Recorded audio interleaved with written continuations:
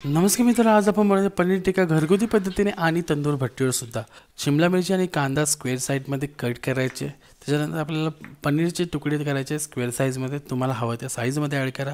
एका बाउलमध्ये शिमला मिरची कांदा घ्या, त्यामध्ये एक बटरचा तुकडा टाका, त्याच्यामध्ये एक दही सडपा ॲड करा, 1 चमच गरम मसाला, 1 चमच तिखट मसाला, अर्धा चमच हळद, त्यामध्ये ब्लॅक पेपर पावडर, चवीनुसार मीठ, पनीरचे तुकडे ॲड करा, कलर ॲडिशनल आहे, चिली फ्लेक्स ॲड करा आणि थोडासा अर्धा चम्मच त्यामध्ये आलं लसूण पेस्ट असं काही मिक्स करून झाल्यानंतर अर्धा तास त्याला मॅरिनेट करायला ठेवून द्या. स्टिकला ॲड करा.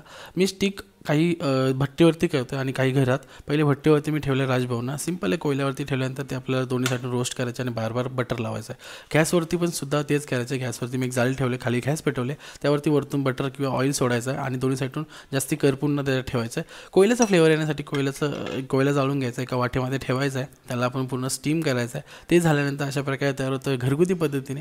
मी घरगुती आणि तंदूर दोन्ही टेस्ट केला, राजनी पण टेस्ट केला, दोन्हींचा फ्लेवर सेम होता. तुम्ही ओळखू नाही शकत की घरी कुठला बनवलं आहे, म्हणजे गॅसवरती कोणता बनवलं आहे आणि भट्टीवरती कोणता बनवलं आहे. नक्की ट्राय करून बघा आणि मला कमेंट करून सांगा कसं झालं आहे. Bye bye.